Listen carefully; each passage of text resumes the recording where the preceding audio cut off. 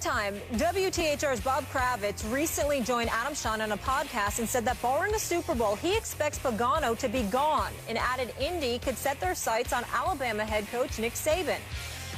Here's the quote. Look, if they could give Nick Saban full power, and I fully believe that they are willing to do that, I see no reason why Nick Saban wouldn't, because when you more or less fail at a job, you want so badly to get back in the game. So I think if they could offer him full power, and I think that they would be willing to do that, I could see him coming back in a heartbeat. Saban, of course, coaching the Dolphins in 2005 and 2006, and went only 15-17. Stephen A., do you like the idea of the Colts going after your guy, Nick? I love it. I think Nick Saban is worthy of it. I don't blame Irsay for envisioning or fantasizing about that.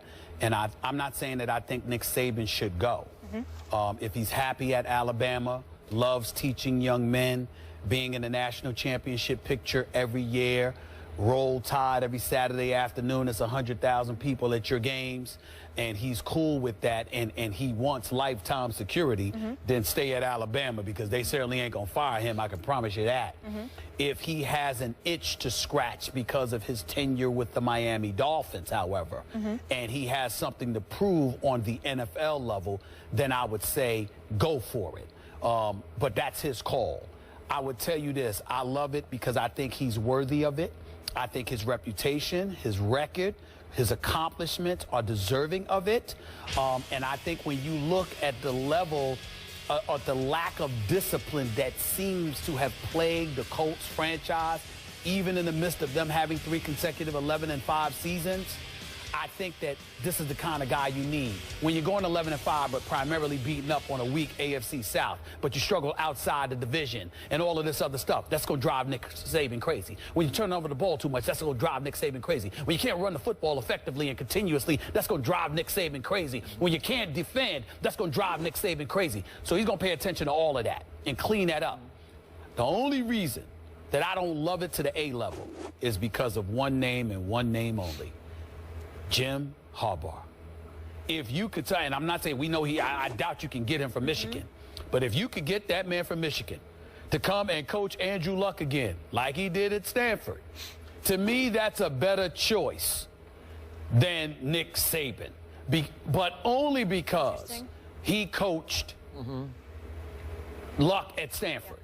That's the edge that he has. I think both are similar and would do similar jobs in the NFL, but I give Harbaugh a slight edge because of his experience successfully already in San Francisco, combined with the fact that he already coached and has a relationship with Andrew Luck from their days at Stanford. That is the only name I will put above Nick Saban. I'm going to have to go fast because we're almost out of time. Oh, okay. Sorry, my bad. So I get you on Harbaugh. I hear you.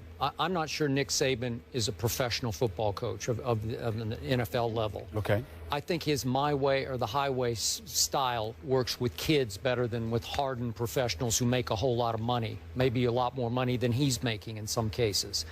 And I'm going to say this again. I believe the owner of the Indianapolis Colts is pointing fingers in all the wrong directions because, again, you're giving Andrew Luck a pass. Are you sure he isn't the problem more than your GM and your coach and anything else you want to point to? Andrew Luck, despite his consistent inconsistency, still gets a pass. Despite his league-leading turnovers, gets a pass. Despite a QBR that has declined every year, all 4 years in a row, he gets a pass. Could Jim Harbaugh fix that? Sure. Is that realistic after the success that he's having early on at Michigan, his alma mater, where I think he could win a national championship in the next 2 or 3 years? Nope, it's not realistic for him to go. Bayless, are you on you? Are you getting rid of Andrew Luck? Nope. You're going to keep him, right? Yep. Well, then it doesn't matter. Then it doesn't matter what he's doing. You have to fix it. So I would go get a quarterback coach. Nick Saban's a defensive football coach who has no feel for it. Why'd he bring in Lane Kiffin? But then you agree with Harbaugh, right? Yeah. I'll go with Harbaugh. Okay. Because Harbaugh is like a quarterback whisperer. You know, he can get in the kid's ear and sort of make him feel like he's better than he has been. He could clean up Andrew Luck the best he can clean him up. And again. So let's put it together. I think the difference between you and I is you're pointing at Andrew Luck and you're looking for somebody to clean up Andrew Luck. I look at the Indianapolis Colts and think about them having a myriad of problems around Andrew Luck. Not to say that he's not a problem, because he is, but a myriad of problems around him that need to be fixed. I think Jim Harbaugh is the best guy for Andrew Luck. I think Nick Saban is just as good of a choice as Harbaugh with everything around Luck. Yep. Is that fair? Yeah. Got it. Perfect. All right. Speaking of pointing fingers, Johnny Manziel's pointing them at himself. He explains one of his shortcomings that is holding him back. We'll get into that after the break. In comments made on Wednesday, Johnny Manziel conceded that being 5'11" affects his play as an NFL quarterback. Here's the quote for you.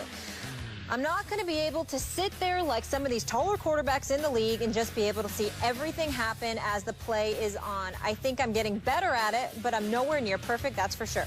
Michael Johnson is 6'7". Carlos Dunlap is 6'8". I'm like 5'11 and a half, I guess. Well, both coach Mike Pettin and offensive coordinator John DeFilippo said his height should not matter. Pettin adding this: there are other quarterbacks of his stature that have been successful. When you study a Drew Brees, you can see that he's not a scrambler, but he has a great sense in the pocket as far as where to move in relation to who he's throwing to and where the potential throwing lane would be. Russell Wilson is similar in that aspect as well. Skip, do you have a problem with Manziel's excuse here? Do I? I opened the show by expressing my disappointment in Des Bryant. I'm here to tell you I am far, far more disappointed in a Johnny Manziel, to the point that I've just about heard and seen enough of my man, Johnny Manziel. You know, it's bad enough that the other day he admitted to the cops that he's been drinking alcohol after 2 months of rehab. But this even cuts on a football level even deeper. Now he's making an excuse for his height after we all remember that he campaigned before his draft that he was going to show the NFL that height did not matter. He tore up college football at this height. He said, I will measure 6 feet tall at the combine, and he measured 5'11" 3/4 inches. And now he's saying, I'm 5'11" and a half, I guess. You guess? You're a 1/4 inch shorter than a Drew Brees, who did win a Super Bowl. You're actually 3/4 inch taller than a Russell Wilson, who probably should have won 2 straight Super Bowls.